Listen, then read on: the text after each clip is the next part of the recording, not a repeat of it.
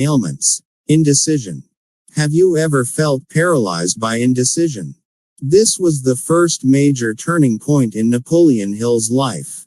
His moving from job to job, seeking contentment in his own ideal professional life, sounds like many people today, people who are seeking contentment in their jobs and lives.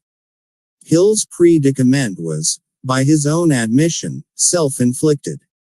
However, he found himself in very much the same circumstances as someone today who has been negatively affected by the present economic situation. Hill took advantage of his temporary defeat, using it as a spur to force himself into thought and analysis to find his other self. If you have been dealt a blow by economic circumstances, you too can use it as a lever and motivation to find your other self. For a few minutes I was frightened. The experience was unlike any I had ever undergone before. I turned and walked rapidly until I reached home. As I approached the house, I saw my 3 little boys looking out of a window of our house at our neighbor's children, who were dressing a Christmas tree in the house next door. Then I recalled that it was Christmas Eve. Moreover, I recalled, with a feeling of deep distress such as I had never known before, that there would be no Christmas tree at our house. The look of disappointment on the faces of my children reminded me painfully of that fact. I went into the house, sat down at my typewriter, and began at once to reduce to writing the discoveries I had made concerning the causes of success and failure.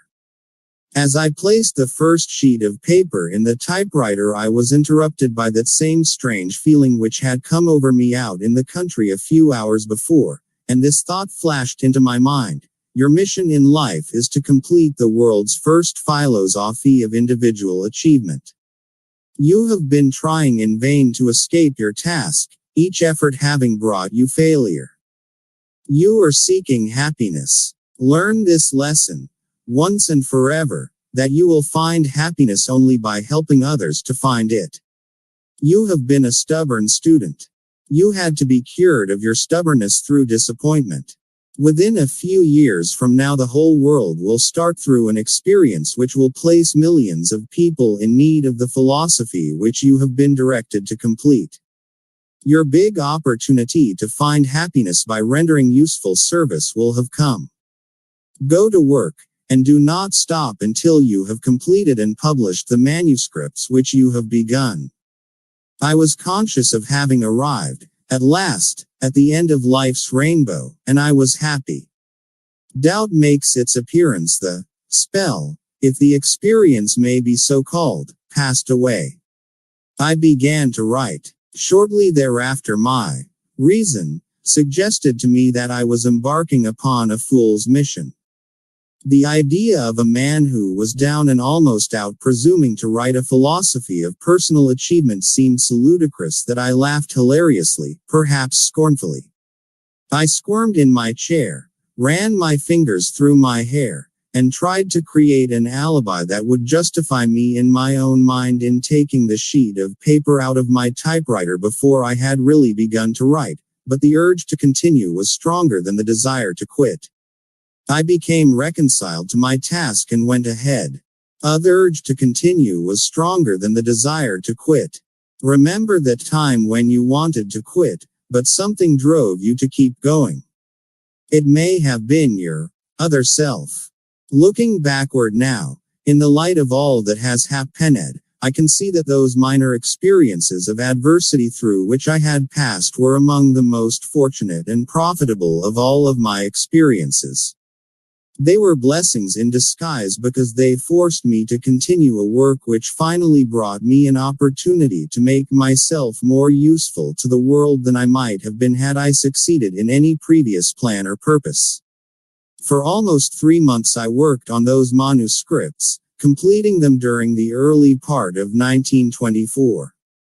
As soon as they had been completed, I felt myself again being lured by the desire to get back into the great American game of business. Succumbing to the lure, I purchased the Metropolitan Business College in Cleveland, Ohio, and began to lay plans for increasing its capacity. By the end of 1924 we had developed and expanded, by adding new courses, until we were doing a business nearly double the best previous record the school had ever known. One night I was booked to lecture in Canton, Ohio. Fate, or whatever it is that seems sometimes to shape the destiny of men, no matter how hard they may try to battle against it, again stepped into the picture and brought me face to face with a painful experience. In my Canton audience sat Don R. Mellett, publisher of the Canton Daily News. Mr. Mellett became so thoroughly interested in the philosophy of individual achievement on which I lectured that night that he invited me to come to see him the following day. That visit resulted in a partnership agreement which was to have taken place on the 1st of the following January, when Mr. Mellett planned to resign as publisher of the Daily News, to take charge of the business and publishing of the philosophy on which I had been working. However, in July 1926, Mr. Mellett was murdered by Pat McDermott, an underworld character, and a Canton, Ohio, policeman, both of whom were sentenced to life imprisonment. He was murdered because he was exposing in his newspaper a hookup between the bootleggers and certain members of the Canton police force. The crime was one of the most shocking that the Prohibition era produced. The July 1926 murder of crusading journalist Donald Ring Mellett, the editor of the Canton, Ohio, Daily News, was one of the most publicized crimes in the 1920s. In 1925 Mellett had discovered widespread corruption within the Canton police force and embarked on an anti-vice, anti-corruption editorial campaign, targeting, among others, the Canton police chief. Hill was reported to have asked Ohio's governor to initiate an investigation of the corruption, a detail not reflected in Hill's account. Local underworld figures and at least one Canton police officer hired Patrick McDermott, an ex-con from Pennsylvania, to silence Mellett. Mellett was gunned down outside his home. As the story goes, gunmen were also lying in wait for Hill, but a fortuitous automotive breakdown kept him out of their way. On July 17, the New York Times reported in an article titled, "More Death Threats Follow the Slaying of Canton Editor," that the citizens of Canton are terror-stricken by threats of further killings by the rulers of the gamblers, bootleggers and other criminals. As recounted by Hill, after hearing of Mellett's murder and receiving an anonymous warning to get out of town, he fled to West Virginia. In large part due to the work of a private detective hired by the Stark County prosecutor, McDermott, 2 local gangsters, and a former police detective were ultimately convicted of Mellett's murder. Chance saves my life. The morning after Mr. Mellett's death I was called on the telephone and put on notice, by some unknown person, that I had 1 hour in which to get out of Canton, that I could go voluntarily within the hour, but if I waited longer I probably would go in a pine box. My business association with Mr. Mellett had apparently been misunderstood. His murderers evidently believed I was directly connected with the exposé he was making in his newspapers. I did not wait for the 1-hour time limit to expire, but immediately got into my automobile and drove down to the home of relatives in the mountains of West Virginia, where I remained until the murderers had been placed in jail. That experience came well within the category described by Mr. Carnegie as an emergency that forces men to think. For the first time in my life I knew the pain of constant fear. My experience of a few years before, in Columbus, had filled my mind with doubt and temporary indecision, but this one had filled it with a fear which I seemed unable to remove. During the time that I was in hiding I seldom left the house at night, and when I did step out I kept my hand on an automatic pistol in my coat pocket, with the safety catch unlatched for immediate action. If a strange automobile stopped in front of the house where I was hiding, I went into the basement and carefully scrutinized its occupants through the basement windows. After some months of this sort of experience, my nerves began to crack. My courage had completely left me. The ambition which had hardened me during the long years of labor in my search for the causes of failure and success also had departed. Slowly, step by step, I felt myself slipping into a state of lethargy from which I was afraid I should never be able to emerge. The feeling must have been closely akin to that experienced by one who suddenly steps into quicksand and realizes that every effort to extricate himself carries him just so much deeper. Fear is a self-generating morass. If the seed of insanity had been in my makeup, surely it would have germinated during those months of living death. Foolish indecision, irresolute dreams, doubt and fear were my mind's concern, day and night. The emergency I faced was disastrous in two ways. First, the very nature of it kept me in a constant state of indecision and fear. Secondly, the forced concealment kept me in idleness, with its attendant heaviness of time, which I naturally devoted to worry. My reasoning faculty had almost been paralyzed. I realized that I had to work myself out of this state of mind. But how? The resourcefulness which had helped me to meet all previous emergencies seemed to have completely taken wing, leaving me helpless. Out of my difficulties, which were burdensome enough up to this point, grew another which seemed more painful than all the others combined. It was the realization that I had spent the better portion of my past years in chasing a rainbow, searching hither and yon for the causes of success, and finding myself now more helpless than any of the 25,000 people whom I had judged as being failures. This thought was almost maddening. Moreover, it was extremely humiliating, because I had been lecturing all over the country, in schools and colleges and before business organizations, presuming to tell other people how to apply the 17 principles of success, while here I was, unable to apply them myself. I was sure that I never could again face the world with a feeling of confidence. Every time I looked at myself in a mirror I noticed an expression of self-contempt on my face, and not infrequently I did say things to the man in the mirror which are not printable. I had begun to place myself in the category of charlatans who offer others a remedy for failure which they themselves cannot successfully apply. The criminals who had murdered Mr. Mellett had been tried and sent to the penitentiary for life. Therefore, it was perfectly safe, as far as they were concerned, for me to come out of hiding and again take up my work. I could not come out, however, because now I faced circumstances more frightful than the criminals who had sent me into hiding. The experience had destroyed whatever initiative I had possessed. I felt myself in the clutches of some depressing influence which seemed like a nightmare. I was alive, I could move around, but I could not think of a single move by which I might continue to seek the goal which I had, at Mr. Carnegie's suggestion, set for myself. I was rapidly becoming indifferent, not only toward myself, but worse still, I was becoming grouchy and irritable toward those who had given me shelter during my emergency. I faced the greatest emergency of my life. Unless you have gone through a similar experience, you cannot possibly know how I felt. Such experiences cannot be described. To be understood, they must be felt. My reasoning faculty had almost been paralyzed. Hill was paralyzed first by fear of physical harm and then by the shame of having been paralyzed by that fear. Have you ever been paralyzed by similar emotions?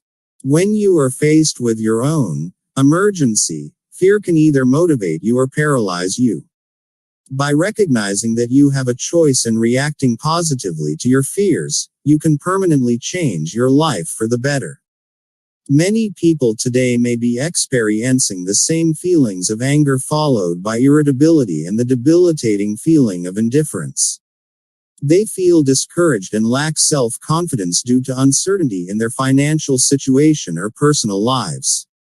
They may be angry and allow that anger to paralyze them. I had a conversation with just such a young man. I am 30 years old, he said, and have no marketable skills or prospects. He had a million excuses for not taking action to change his situation. I pointed out that unless he took action, nothing would change. Unless you make an effort to change things, I said, in a year's time the only difference will be that you are 31 years old with no marketable skills or prospects. Does this pattern sound familiar to you, either for yourself or someone you care for? How do you break that paralysis?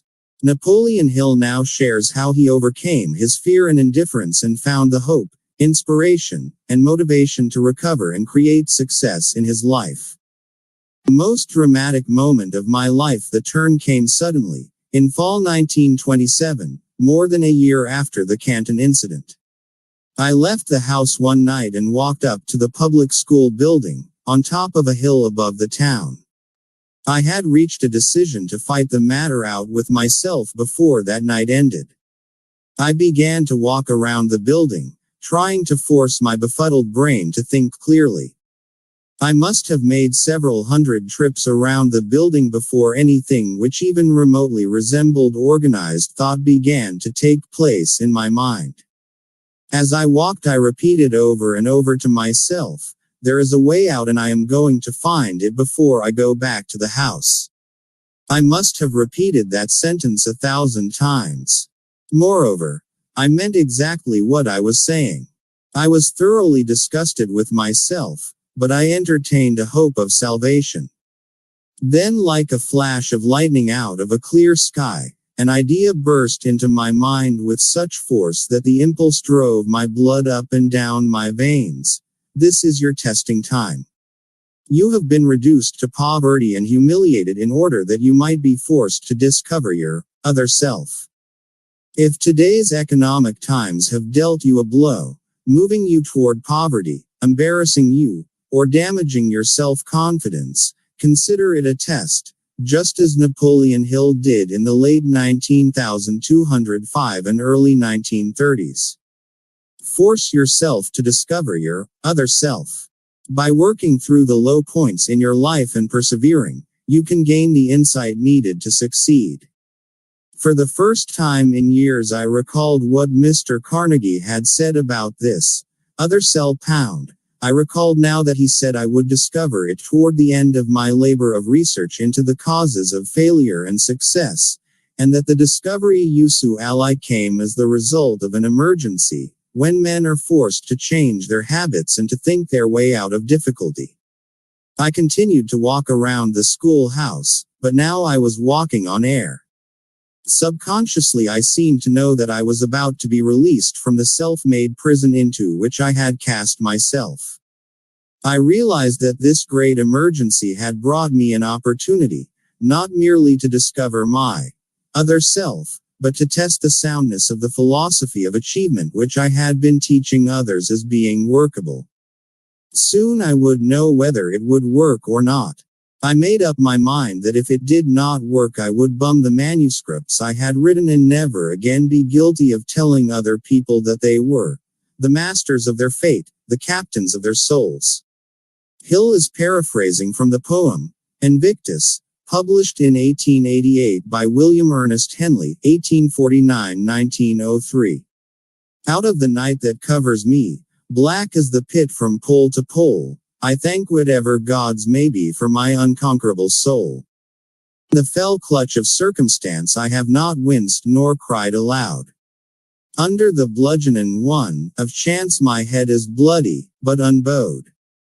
Beyond this place of wrath and tears looms but the horror of the shade, and yet the menace of the years finds, and shall find, me unafraid. It matters not how strait the gate, how charged with punishments the scroll. I am the master of my fate. I am the captain of my soul. The full moon was just rising over the mountain top. I had never seen it shine so brightly before. As I stood gazing at it, another thought flashed into my mind. It was this: you have been telling other people how to master fear and how to surmount the difficulties which arise out of the emergencies of life. From now on you can speak with authority because you are about to rise above your own difficulties with courage and purpose, resolute and unafraid. With that thought came a change in the chemistry of my being which lifted me into a state of exaltation I had never before known. My brain began to clear itself of the state of lethargy into which it had lapsed.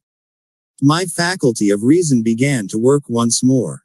For a brief moment I was happy to have had the privilege of going through those long months of torment, because the experience provided an opportunity for me to test the soundness of the principles of achievement which I had so laboriously wrested from my research. When this thought came to me, I stopped still, drew my feet closely together, saluted I did not know what or whom, and stood rigidly at attention for several minutes. This seemed, at first, like a foolish thing to do, but while I was standing there another thought came through in the form of an order that was as brief and snappy as any ever given by a military commander to a subordinate. The order said, "Tomorrow get into your automobile and drive to Philadelphia, where you will receive aid in publishing your philosophy of achievement." There was no further explanation and no modification of the order. As soon as I received it, I walked back to the house, went to bed, and slept with peace of mind such as I had not known for over a year. When I awoke the following morning, I got out of bed and immediately began to pack my clothes and make ready for the trip to Philadelphia. My reason told me that I was embarking upon a fool's mission. Who did I know in Philadelphia to whom I might apply for financial aid in publishing 8 volumes of books at a cost of $25? Ooh. I asked myself. Instantly the answer to that question flashed into my mind, as plainly as if it had been uttered in audible words. You are following orders now, instead of asking questions. Your other self will be in charge during this trip. There was another condition which seemed to make my preparation to go to Philadelphia absurd. I had no money. This thought had barely occurred to me when my other self exploded it by giving another sharp order, saying, "Ask your brother-in-law for $50 and he will lend it to you." The order seemed definite and final. Without further hesitation I followed instructions. When I asked my brother-in-law for the money, he said, "Why, certainly you can have $50, but if you are going to be gone very long you had better take $100. I thanked him and said I thought $50 would be enough. I knew it was not enough, but that was the amount my other self had commanded me to ask for, and that is the amount I secured. I was greatly relieved when I found that my brother-in-law was not going to ask me why I was going to Philadelphia. If he had known all that had taken place in my mind during the previous night, he perhaps would have thought I should go to a psychiatric hospital for treatment instead of going to Philadelphia on a wild goose chase. My other self takes command. I left with my head telling me I was a fool and my other self commanding me to ignore the challenge and carry out my instructions. I drove all night, arriving in Philadelphia the next morning. My first thought was to look up a modestly priced boarding house where I could rent a room for about $1 a day. Here again my other self took charge and gave the command to register at the most exclusive hotel in the city. With a little more than $40 of my remaining capital in my pocket, it seemed like financial suicide when I marched up to the desk and asked for a room. Or rather I should say I started to ask for a room when my newly discovered other self gave the order to ask for a suite of rooms, the cost of which would about consume my remaining capital in 2 days. I obeyed. The bellboy picked up my bags, handed me my claim check for my automobile, and bowed me toward the elevator as if I were the Prince of Wales. It was the first time in more than a year that any human being had shown me such deference. My own relatives, with whom I had been living, far from having shown me deference, had I imagined felt I was a burden on their hands, and I am sure that I was, because no man in the frame of mind that I had been in for the past year could be anything other than a burden to all with whom he came into contact. It was becoming apparent that my other self was determined to wean me away from the inferiority complex which I had developed. I tossed the bellboy $1. I started to estimate what my hotel bill would be by the end of the week when my other self commanded me to get my mind entirely off of all thoughts of limitation, and to conduct myself, for the time being, just as I would if he had all the money I wanted in my pockets. The experience I was passing through was both new and strange to me. I had never posed as being anything other than what I believed myself to be. For nearly half an hour this other self gave orders which I followed to the letter during the subsequent period of my stay in Philadelphia. The instructions were given through the medium of thoughts which presented themselves in my mind with such force that they were readily distinguishable from my ordinary self-created thoughts. Hill took on the persona of the wealthy man he wanted to be. We strongly agree that to be wealthy you need to think wealthy. It is also important to be in the right environment. Don Green, CEO of the Napoleon Hill Foundation, once told me, "I first bought my good suits from Sobel's, a custom clothing store where Eastman Kodak executives shopped. The owner had a sign behind the register that said, 'If you want to be a success, you must first dress the part.' However, we recommend moderation in trying to emulate Mr. Hill in spending money that he did not have. I received strange orders from a strange source. My instructions began in this fashion. You are now completely in charge of your other self. You are entitled to know that two entities occupy your body, as in fact two similar entities occupy the body of each living person on Earth. One of these entities is motivated by and responds to the impulse of fear. The other is motivated by and responds to the impulse of faith. For more than a year you have been driven, like a slave, by the fear entity. Night before last the faith entity gained control over your physical body, and you are now motivated by that entity. For the sake of convenience you may call this faith entity your other self. It knows no limitations, has no fears, and recognizes no such word as impossible. You were directed to select this environment of luxury, in a good hotel, as a means of discouraging the return to power of the fear entity. That fear-motivated, old self, is not dead, it has merely been dethroned. And it will follow you around wherever you go, awaiting a favorable opportunity to step in and take charge of you again. It can gain control of you only through your thoughts. Remember this, and keep the doors to your mind tightly closed against all thoughts which seek to limit you in any manner whatsoever, and you will be safe. Do not permit yourself to worry about the money you will need for your immediate expenses. That will come to you by the time you must have it. Now, let us get down to business. First of all, you should know that the faith entity now in charge of your body performs no miracles, nor does it work in opposition to any of nature's laws. As long as it is in charge of your body, it will guide you when you calculate it, through impulses of thought which it will place in your mind, in carrying out your plans through the most logical and convenient natural media available. Above everything else, get this fact clearly fixed in your mind, that your other self will not do your work for you, it will only guide you intelligently in achieving for yourself the objects of your desires. Will you be guided by faith? Or will you allow fear to overtake you?